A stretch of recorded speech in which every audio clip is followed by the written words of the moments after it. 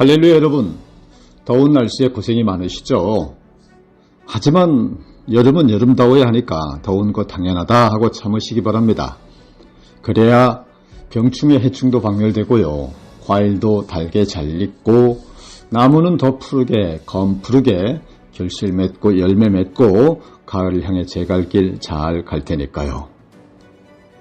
거룩하신 하나님, 오늘도 예배 가운데 말씀으로 임재하셔서 우리 가운데 병든 자 치유하여 주시고 영혼의 화인 맞은 자 은혜로 거듭나게 하여 주시며 바라고 원하옵기는 모두의 가슴 깊은 곳에 숨기고 꺼내지 못한 죄, 그 죄사함의 소원과 갖고 싶고 얻고 싶은 소유의 간절함과 바램을 이 시간 만군의 여호와 하나님 아버지의 온 우주 통틀어 다시 없는 무한 사랑 긍휼하심으로 응답하여 주시고 복 주시옵기를 우리를 죄에서 구원하신 예수님 이름으로 기도드립니다. 아멘. 여러분, 말씀이 하나님이신 것을 믿으시면 아멘 하시기 바랍니다. 오늘 저와 여러분이 은혜 나눌 말씀은 시편 8편 1절로 9절 말씀을 본문으로 한 전 인류 비상사태입니다. 사랑하는 여러분, 지금 전 인류는 비상사태 상황입니다. 이럴 때 우리를 도우시고 지키시는 주님의 은총과 평화가 우리 가운데 늘 임하시기를 축복합니다. 전 인류 비상사태 시대, 그 첫 번째는 오늘 우리가 지구 곳곳에서 맞닥뜨리고 있는 환경재앙입니다. 캐나다 동부 지역에서 발생한 400여 건의 산불로 남한 면적의 40%에 해당하는 숲이 불타고 있고요. 그로 인해 미국 동북부 지역이 오렌지색 연기로 가득 차게 되어 대기질 경보가 발령되었다고 합니다. 로마서 8장 19절로 피조물이 고대하는 바는 하나님의 아들들이 나타나는 것이니라고 말했던 바울 사도의 말이 새삼 떠오르는 나날들입니다. 우크라이나의 다목적된 노바카호우카 댐이 인위적으로 폭파되어서 드니프로 강이 범람하고 그 강가에 살던 사람들과 생태계가 크게 위협을 받고 있습니다. 파괴된 습지와 하구가 복구될 때까지는 아마도 꽤 오랜 시간이 걸릴 것입니다. 인근 지역 사람들은 농업용수와 식수 부족에 시달릴 것이고 온 세계인들에게는 식량난이라고 하는 또 다른 위험이 다가오게 될 것입니다.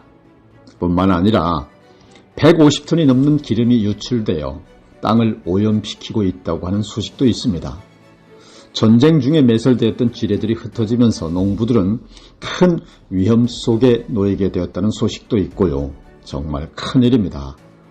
도대체 어디에서부터 무엇을 손대야 할 것인지 답이 없습니다. 그런가 하면 국내에서도 난리죠. 일본의 방사능 핵오염수 방류를 앞두고 설왕설래가 벌어지고 있는데요. 일본은 130만 톤 이상의 오염수를 30년 내지 40년에 걸쳐 바다에 방류하겠다고 합니다. 도대체 무슨 짓인지 알 수가 없습니다. 일본의 기시다 수상 도른놈, 우리나라 윤석열 대통령 더더른놈 아닙니까? 죽으려면 곱게 죽어야지. 바다로 이어진 전 세계 미래 세대인 젊은이들에게 왜 죽음의 핵 똥물 찌꺼기를 앵겨주느냐, 이런 말입니다. 지금 주변국들은 방류 시의 안정성이 충분히 그리고 정직하게 검토되지 않았다고 다들 염려하고 난리를 떨고 있습니다. 어민들의 시름에 땅이 꺼집니다. 한숨이 깊어가요. 국제원자력기구와 일본은 그 오염수를 알프스 처리수라고 바꿔서 말합니다. 알프스는 다핵종 제거 설비의 이름이죠. 기묘하게도 청정자연을 연상시키는 알프스라고 하는 이미지를 갖다 붙인 거예요. 이거 사기입니다. 사기. 자연사회 과학자들의 국제모임인 지구위원회가 지난 5월 31일 학술지 네이처에 발표한 지구 시스템의 안전하고 정의로운 경계라는 논문은요, 지구 환경 지표가 매우 심각하다는 사실을 지적하고 있습니다. 복잡한 사안을 간단히 말하자면 지구가 만일 정기 건강검진을 받는다고 한다면 여러 차원에서 질병을 앓고 있다라고 하는 것입니다. 이것을 티핑 포인트에 가까워졌다고 말하는데요. 이 말은 아주 작은 변화도 큰 영향을 끼칠 수 있는 상황에 이르렀다고 하는 말입니다.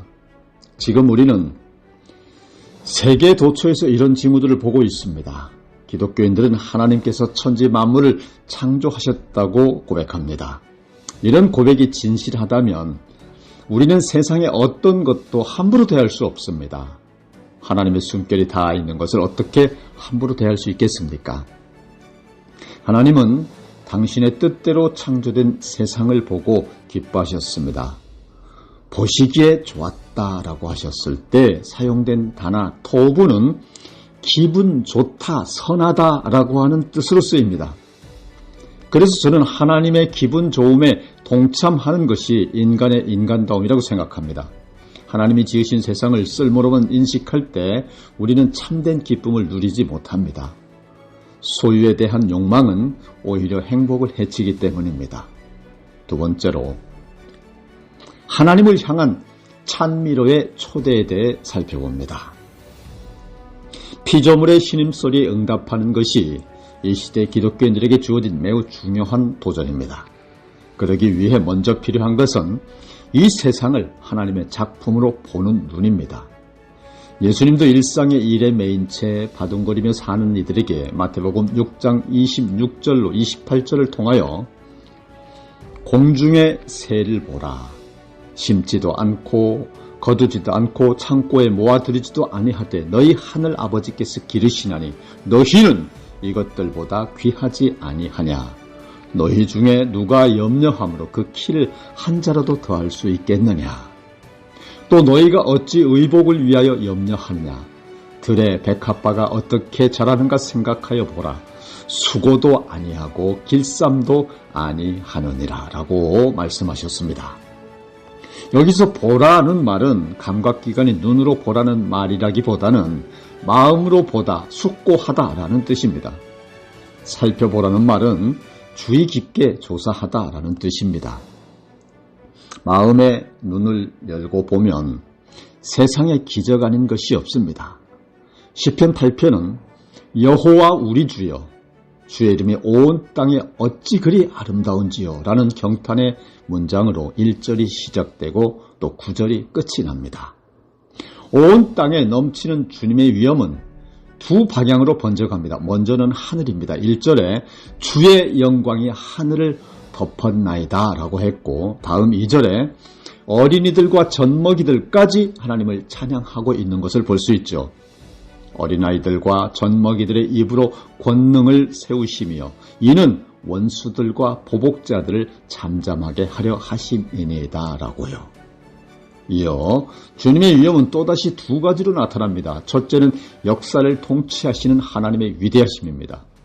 주님께서는 원수와 복수하는 무리를 꺾으시고 주님께 맞서는 자들을 막아낼 튼튼한 요새를 세우셨습니다. 그리고 두 번째 창조된 세상의 경이로움입니다. 오늘 본문 3절에 주의 손가락으로 만드신 주의 하늘과 주께서 베풀어 두신 달과 별들을 내가 보오니 라고 기록된 바 하늘도 땅도 천체도 우연히 존재하는 게 아니라 하나님의 높은 경륜 속에서 존재한다고 하는 것입니다. 우주의 발생론을 말하려는 게 아니라 우리 인간이 얼마나 경이로운 세상에 초대받았는지를 상기시키기 위한 표현들입니다. 정현종 선생님의 한 숟가락 흙 속에라는 시는 우리 삶이 온통 빚짐이라는 사실을 아름답게 표현하고 있습니다. 한 숟가락 흙 속에 미생물이 1억 5천만 마리래 라는 구절로 시작되는 이 시는 흙 한 숟가락의 속에 온 우주의 신비가 담겨 있다고 노래하는 것입니다. 시인은 우리가 흙길을 걸을 때 발바닥으로 느끼는 그 탄력이 실은 수십억 마리 미생물이 밀어 올리는 힘, 바로 그 힘이었다고 말하고 있는 것입니다. 생명은 이렇게 이어져 있습니다. 사랑의 빚짐이 곧 생명입니다. 흙 한 숟가락 속에 깃든 놀라운 기적에 눈을 뜬 사람은 함부로 살 수 없습니다. 세상 이치를 제대로 깨달은 사람은 겸손하지 않을 도리가 없습니다. 세상을 욕망의 전장으로 이해하는 이들만이 아무렇지도 않게 파괴를 일삼습니다. 세상과 자연은 하나님의 선물입니다. 개인의 야망, 욕망 따위로 파괴되어질 대상이 아닌 것입니다. 인간의 유한함을 보고 배워야 합니다. 우주의 오묘한 질서에 눈을 뜬 이들은 비로소 자기의 자금을 깨닫습니다. 우리가 이 세상에 잠시 머물다 가는 나그네임을 압니다. 미래 세대가 누려야 할 몫을 앞당겨 누리는 것이 죄라는 사실을 자각합니다. 이 놀랍고 장엄한 세계를 바라보며 시인은 한없는 경외심에 사로잡혀 외칩니다. 시편 8편 4절의 기록입니다. 사람이 무엇이기에 주께서 그를 생각하시며 인자가 무엇이기에 주께서 그를 돌보시나이까. 과학자들은 사람이 별 먼지로부터 만들어졌다고 말합니다. 별들이 탄생하는 과정 가운데서 만들어진 원소들로 이루어졌다고 하는 말입니다. 우주의 장구한 역사에 비추어 볼 때 우리의 삶은 실로 찰나에 지나지 않습니다. 시편 기자도 이 사실을 너무나 잘 알기 때문에 우리가 하나님의 각별한 돌봄을 받는다고 하는 사실에 놀랍니다. 사람이 무엇이기에 할 때 사람을 가리키는 히브리어 에노스는 영원하신 하나님과 대조되는 유한한 인간, 곧 죽음의 운명 속에 있는 존재를 가리키는 말입니다. 에노스라는 단어가 고난의 문제를 다루는 욥기에 자주 등장하는 것은 그 때문인지도 모르겠습니다. 그런데 시인은 그런 인간을 하나님께서 이렇게까지 생각하여 주신다는 사실에 놀랍니다. 시인은 한 번 그 사실을 놀라움으로 회상합니다. 이번에는 사람의 아들이 무엇이기에 주님께서 이렇게까지 돌보아 주십니까? 라고 묻습니다. 여러분, 사람의 아들은 벤 아담입니다. 그야말로 흙에서 온 존재라고 하는 말입니다. 그런 사람을 하나님은 돌보아 주십니다. 돌보아 주신다는 말은 관심을 갖는다는 뜻과 그리워한다는 뜻으로 해석할 수 있습니다. 우리가 하나님의 그리움의 대상이라고 하는 말입니다. 인간은 흙이요 먼지에 불과한 존재입니다. 그러나 인간은 하나님의 사랑 덕분에 귀하고 매우 특별한 존재가 되었습니다. 시인은 주님께서는 그를 하나님보다 조금 못하게 하시고 그에게 존귀하고 영화로운 왕관을 씌워주셨다라고 시편 8편 5절에 고백하고 있습니다. 존귀하고 영화로운 왕관이 씌워진 존재라는 말은 인간이 하나님의 형상이라고 하는 말과 상통합니다. 인간이 하나님의 형상이라고 하는 말은 우리가 삶으로 살아계신 하나님을 사람들에게 보여주어야 할 존재라고 하는 말입니다. 인간은 눈에 보이지 않는 하나님을 만천하에 드러내는 존재로 부름을 받았습니다. 그 부름에 합당한 삶을 살기 위해서는 먼저 창조된 세상을 보시고 기뻐하셨던 하나님의 마음을 알아야 합니다. 또 하나님의 마음 아픔도 알아차려야 한다고 하는 말이기도 합니다. 하나님은 인간이 적대감을 가지고 서로를 대하는 모습을 보고 사람 지으셨음을 후회하셨다고 했습니다. 그러므로 우리가 해야 할 일은 적대감이 넘치는 세상을 환대와 사랑이 넘치는 세상으로 바꾸는 것입니다. 곳곳에서 각양의 사연으로 피조물의 신음소리가 들려오는 이 어두운 세상을 하나님의 이름으로 치유하는 일입니다. 욕심으로는 이룰 수 없는 일들입니다. 하나님이 함께 하셔야만 할 수 있는 일들입니다. 그러므로 더 깊은 찬양으로의 초대가 이루어져야 합니다. 하나님은 손수 지으신 만물을 다스릴 책임을 우리에게 주셨습니다. 다스린다는 말은 척박한 환경 가운데서 살아가기 위해 온갖 악조건들을 극복하며 살아야 하는 인간의 소명을 말하는 것인 동시에 각각의 피조물들이 자기 생명의 몫을 누리며 살 수 있도록 도우라라고 하는 말이기도 합니다. 감리교 운동을 시작한 존 웨슬리는 피조 세계에 대한 책임을 지는 것이 인간의 본분이다라고 가르쳤습니다. 그는 모든 생명이 다른 생명에 의존하여 살아갈 수밖에 없는 것이 세상의 질서라면서 하찮아 보일지는 모르나 그들도 모두 한 분의 아버지, 똑같은 사랑의 하나님의 피조물들이다라고 웨슬리 설교 전집에 나오는 설교 기록에서 이렇게 말합니다. 웨슬리는 하나님의 일에 부름을 받은 우리를 가리켜 청지기라고 표현합니다. 청지기는 어떤 마음을 품고 살아야 할까요?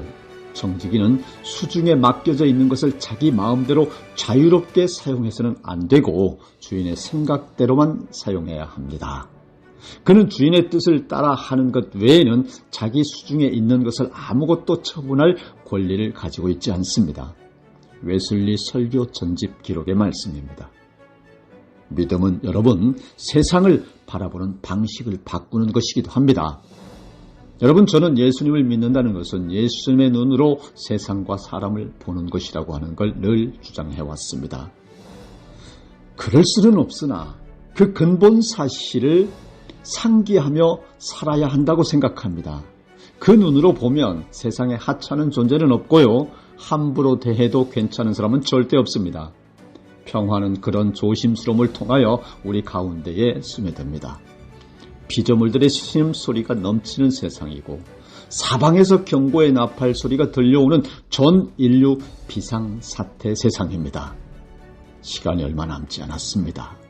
지금이야말로 깨어나야 할 때입니다. 오늘 말씀을 정리하겠습니다. 우리가 아무리 애써보아도 병든 지구를 고칠 수 없다는 비관론이 퍼지고 있습니다.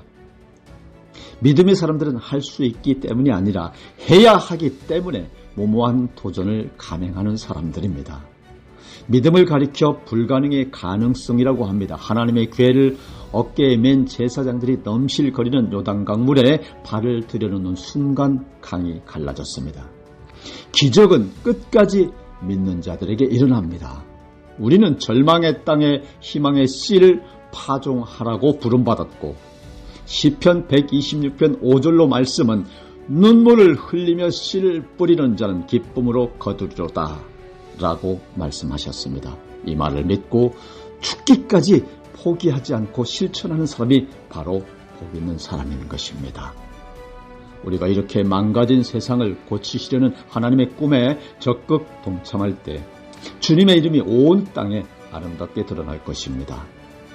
즐겁게 불편을 선택하는 것, 욕망을 절제하는 것, 작은 일에도 만족하고 감사하는 것이야말로 이 소비주의 세상에 대한 가장 강력한 저항인 것입니다. 여호와 우리 주여, 주의 이름이 온 땅에 어찌 그리 아름다운지요. 비록 작금의 시대를 전 인류 비상사태라 비관할지라도 우리 전생의 삶을 통하여 여호와 우리 주여, 주의 이름이 온 땅에 어찌 그리 아름다운지요. 이 고백이 온 세계 온 땅에 아름답게 울려 퍼질 수 있도록 믿음으로 나아가기를 나사렛 예수 그리스도 이름으로 축복합니다. 아멘. 다 같이 기도하시겠습니다. 믿음, 소망, 사랑, 그중 제일은 사랑이라 하신 주님, 오늘 우리가 미래가 불확실한 전인류 비상사태의 삶에 처했다 할지라도 믿음으로 기적을 이루고 사랑으로 말씀 위에 바로 서서 불가능 위에 주님 이름으로 가능을 이루어 모든 파괴와 잿더미 위에도 뿌리 내리고 잎을 내고 열매를 맺는 주님 형상대로 지은바된 창조자의 삶을 살아 우리 주님 거룩하신 주 여호와 하나님께 영광과 찬양만 돌리게 하여 주시기를 구주 예수님 이름으로 기도드립니다. 아멘.